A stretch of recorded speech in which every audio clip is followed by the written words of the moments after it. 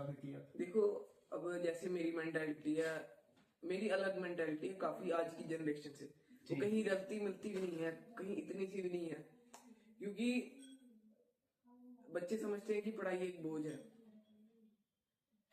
लेकिन इतनी नहीं है जितनी समझी जाती है। बोझ नहीं, ये रिस्पॉन्सिबिलिटी है, हमारा एक धर्म है कि अगर आपके पास ज्ञान है, आज के समय में सिर्फ एक ही चीज है जो कि आपको कहीं से कहीं लेके जा सकती है, वो है आपका ज्ञान।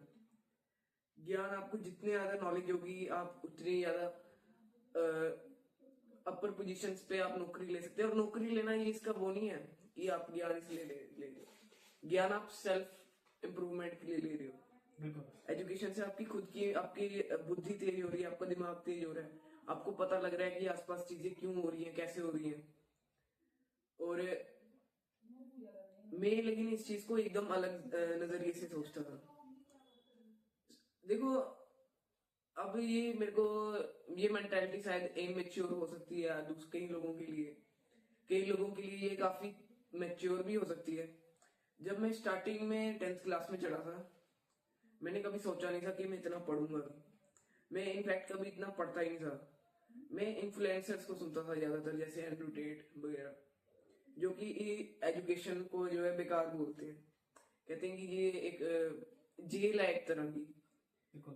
कि इसमें आपको जबरदस्ती बिठाया जा रहा है।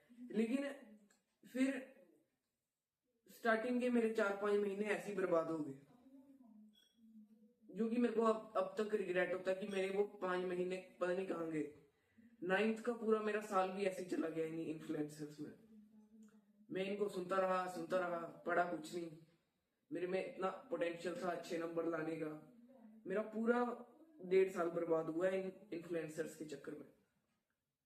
मेरा माइंड ऐसा बन गया था, ऐसा अजीब सा। फिर मेरे को सर ने मेरे को महाराणा प्रताप वगैरह के बारे में थोड़ा बताया।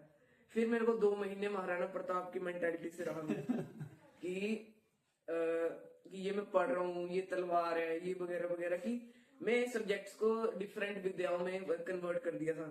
जैसे किसी को बना दिया था अर्थ ज्ञान, फिर किसी को तलवार ज्ञान, केमिस्ट्री को बनाई थी तलवार, और फिजिक्स को बनाई थी धनुष, और बायोलॉजी को बनाई थी कि बाला है मेरा। हाँ। तो इस तरह से हमारे जी पढ़ते थे कि जैसे वो महाराणा जी प्रैक्टिस करते हैं डिफरेंट डिफरेंट हथियारों से, तो मैं इन हथियारों का ज्ञान ले रहा हूँ। और ये इनकी मेंटालिटी थी कि मैं ज्ञान ले रहा हूँ और ज्ञान मैं आगे युद्ध के लिए करूंगा।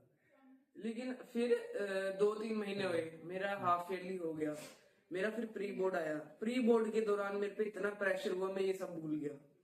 मेरे को कुछ, मैं फट गया उस टाइम पे अच्छी बात है। ये क्या और हुआ। फिर ध्यान आया ना कि हमें पढ़ना है। अब हम थोड़ी इल्यूजन से बाहर आते हैं और अब हम असली दुनिया में आते हैं, जो मतलब पढ़ाई करते हैं। अब फिर पढ़ाई करने आ गए। फिर मैंने 1 दिन लगा के पूरा B.R. चोपड़ा जी की जो भागवत गीता है उसका जो सार बताया है महाभारत में, मैंने पूरा सुना वो। फिर मेरे को समझ आया ये तो भ्रम है। ये मैं इतने 2 सालों से जिस चीज में मेरे 2 साल बर्बाद हो गए, वो कुछ था ही नहीं, उसका कुछ मेरे को फायदा ही नहीं हुआ, वो मैंने ऐसे ही बर्बाद कर दिए। फिर मैंने कृष्ण जी को सुना, कृष्ण जी से मेरे को रियल लाइफ का मतलब पता लगा। इनफैक्ट जब मेरे को पहले सर बताते थे कृष्ण के बारे में, कहता क्या है वो कृष्ण, भाग गया युद्ध छोड़ के ये बंदा, ये वो। तब मेरी मेंटेलिटी ऐसे हो गई थी कि महाराणा प्रताप जैसे कि भागना नहीं है। लेकिन फिर मेरे को समझ में आया, नहीं, धर्म रिस्पॉन्सिबिलिटी को पूरा करने में जो भी काम आपका होता है उसमें कुछ गलत नहीं है, फिर चाहे जो मर्जी हो। फिर मैंने कृष्ण जी को सुना। अभी भी मैं फिलहाल इधर से आने पहले छत पे कृष्ण जी को ही सुन रहा था, घर पे उनको देख रहा था मैं कि धर्म क्या है, ये सब कुछ क्या है। अब मेरे को पता लगा कि तलवारबाजी ये बात की बात है। पढ़ाई जो है, ये जो एजुकेशन है, ये किताबी जो किताब पढ़ते हैं हम, ये सदियों से चलती आई है, क्योंकि किताब से ज्ञान मिलता है। समझता था पहले कि मेरे 2 साल तक ये मेंटालिटी थी कि अगर आर्मी में जाना है, ये पढ़ना क्यों है। अगर कहीं किसी ने नौकरी करनी है, कहीं इंजीनियर बनना है या कहीं लेक्चरर बनना है, उसमें सारे सब्जेक्ट क्यों पढ़ने हैं। लेकिन फिर मेरी अंडरस्टैंडिंग चेंज हुई। मैंने समझा कि ये जो 10th तक जितनी भी ऑल सब्जेक्ट्स हैं, ये सारे बेस है। अगर आपको मान लो, जैसे आपको कोई आपको घर बनाना है, मान लो अब आपको जो बनाने वाला है वो कह रहा है ईंट से बना सकते हो, लकड़ी से बना सकते हो, सीमेंट से बना सकते हो, आपके पास 5-6 ऑप्शंस हैं कि आप इनमें से बना सकते हो। अब आपने बनाना किससे है वो आप पे है। जैसे मैथ है, अगर math, science, English, SST, Hindi, English, जो भी सब्जेक्ट्स हैं, ये सारे आपको थोड़े थोड़े बता दिए जाते हैं कि आप फर्दर किस में पढ़ना चाहते हो। अगर आप मैथ में फर्दर पढ़ना चाहते हो, आपको सब्जेक्ट्स मिलेंगे 11th-12th में।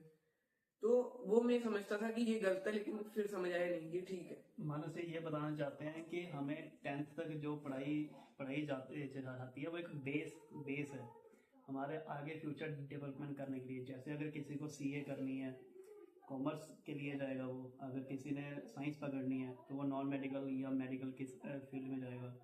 किसी ने आगे आईएएस वगैरह करनी है तो वो आर्ट्स के सब्जेक्ट पकड़ेगा।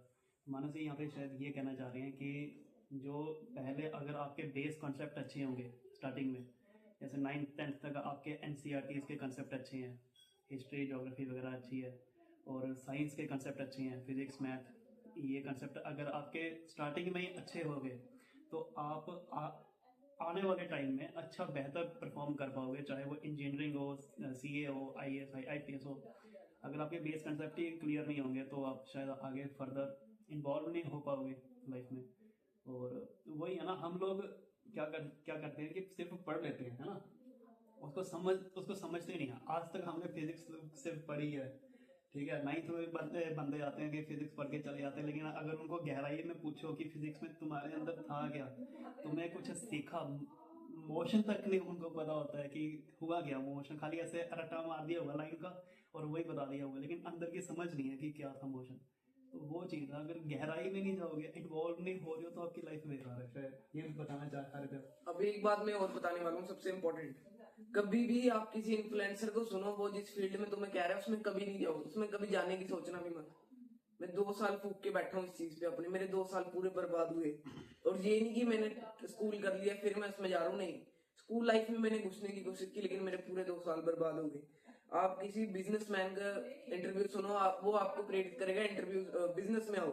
आप किसी अघोरी के इंटरव्यू सुनोगे, वो आपको बोलेगा अघोर में आओ, आपको समझाएगा, आपको लगेगा उधर जाना है। फिर अगर आप कोई हमारे इतिहास को देखोगे, फिर आप में इन्फ्लुएंस और आता जाएगा।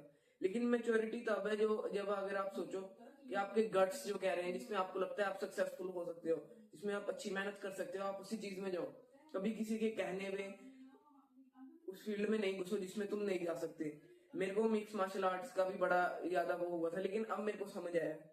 ये समझ मेरे को श्री कृष्ण जी ने दी, जो कि शायद अभी इधर ही है, क्योंकि वो हर चीज में है। तेजस्वियों का तेज वो है, रोशनी में रोशनी वो है, जो उजाला है रोशनी का। तो मेरे को उन्होंने, अब मैं ऐसे बोल नहीं सकता कि मेरे पास वर्ड्स ही नहीं एक्सप्लेन करने को मैं क्या कह रहा हूँ। बस जो जिसने सुना होगा श्री कृष्ण जी को, वही समझ सकता है ये बात, अदरवाइज नहीं समझ सकता। ये मैंने उनसे सीखा कि आपके जो गट्स कह रहे हैं, आपका जो धर्म आपको, अब आप जैसे लोग पूछते हैं कि हमें पता कैसे चले ठीक क्या क्या ठीक नहीं, आपके इनर गट्स ही बोलेंगे ये बात ठीक है, ये गलत है। अब आपका मन होगा जो आपसे गलत काम करवा लेगा, कुछ बहाने बना देगा, ये ठीक है वो वैसी है। जब आप अपनी गलतियों पे रीजंस निकालने लगते हैं ना कि नहीं वो गलत है, तो वो मतलब उस बंदे में सच सहने की ताकत नहीं है बिल्कुल भी। उस बंदे को सत्य जो है वो सिर्फ झूठी जिंदगी में जी रहा है, अपने अरमानों में जी रहा है। उसमें साहस नहीं है कि वो सत्य का वो है कर पाए, सामना कर पाए। और बात रही अब जिससे ये वीडियो स्टार्ट हुई थी उस टॉपिक से, देखो क्या था, ये छोटा सा मतलब किसी को लग रहा होगा कि ये इनमेच्योरिटी है, लेकिन नहीं, ये सिर्फ इनकी खुद की इन्वॉल्व थी। मतलब कि कैसे मैं इन्वॉल्व हो रहा हूँ पेपर में, और किस तरह से मैं अपने माइंड को फोकस रख पाऊँ और अच्छे से खेल पाऊँ, इन्वॉल्व कर पाऊँ। तो बताइए मनोज जी। देखो जब मेरा एसएसटी का पेपर था, मैंने उनको भीष्म पितामह माना। एसएसटी हमारे भीष्म पितामह है, और कईयों को पता ही नहीं होगा भीष्म पितामह है कौन। बिल्कुल क्या बात बोली है, कईयों को तो पता ही नहीं होगा। अगर आपको पता है तो बताइएगा कि भीष्म पितामह कौन थे। फिर मैंने हिंदी के पेपर को माना, द्रोणाचार्य मुश्किल था पेपर। द्रोणाचार्य भी नहीं पता होंगे, कोई बात नहीं कोई बात नहीं। इंग्लिश को माना दुशासन, ये तो गारंटी जिसने महाभारत नहीं देखी उसको पता ही नहीं है दुशासन कौन है। दुशासन। फिर ये साइंस को माना कर्ण, कि मैंने इसको मारना है कैसे भी, इसको पूरा सारे और मेरी एक मेंटालिटी ये भी थी, नंबर जितने मर्जी आए मैंने सारे क्वेश्चन आंसर ठीक लिख के आने हैं बस। बिल्कुल। तो ये आप महाभारत का युद्ध लड़के आए हुए हैं। अब मैंने अब पहले दिन भीष्म पितामह मारे, ठीक है, भीष्म पितामह खत्म हो गई है हमारे अर्जुन जी, और दूसरे दिन द्रोणाचार्य जी खत्म हो गए, तीसरे दिन कौन थे, दुशासन, और चौथे दिन कर्ण खत्म हो गए। अभी बारी है दुर्योधन की, जो मैथ की बारी है, मैथ को जी खुद निकाल रहे जो खुद निकाल रहे हैं। तो अच्छी तैयारी कीजिएगा, आपको गुड लक है उसके लिए, ऑल द बेस्ट। तो मैथ की अच्छे से तैयारी करनी है आपने। और मेरे मुंह में वर्ड नहीं आ रहे कि मैं क्या बोलूँ, क्योंकि कुछ मैंने प्लान नहीं किया था यहाँ पे क्या बोलूँगा। तो जो भी आज बोलेंगे वो मानस बोलेंगे, और आपने कोई और बात बतानी है मुझे छोड़ दो, क्या कैमरा एकदम खुला है, एकदम जो बोलना है बोल सकते हो। देखो यही बात आ जाती है। अब इनमें जितने भी मैंने नाम लिए, इसमें से एक नाम जो सबसे ज्यादा लोगों को पता होगा वो है कर्ण। वो मैक्सिमम हर बंदे को पता होगा। किसी दिन मानस जी का हम महाभारत पे पॉडकास्ट करेंगे, कि देखेंगे कि मानस जी मतलब कि आज की जनरेशन जो है वो महाभारत के क्या ख्यालात रखती है। और क्योंकि आज के जनरेशन जो हमारी अपकमिंग जनरेशन है मानस जी, वहाँ के बच्चे किस तरह की मेंटेलिटी रखते हैं महाभारत को देखने के बाद। महाभारत में अब मैं अपने एक्सपीरियंस पे बताता हूँ। तो मेरे स्कूल में जितने भी बच्चे हैं उनमें किसी ने महाभारत नहीं देखी। बढ़िया। अच्छा, और ये बात मैं बता रहा हूँ, मैंने सराउंडिंग अपनी जितनी देखी है बच्चों की, फिर चाहे अब मैं नाम नहीं लूंगा, जहाँ से आप कह रहे थे क्वेश्चन पेपर लिया, उसने तो कभी रामायण ही नहीं देखी होगी।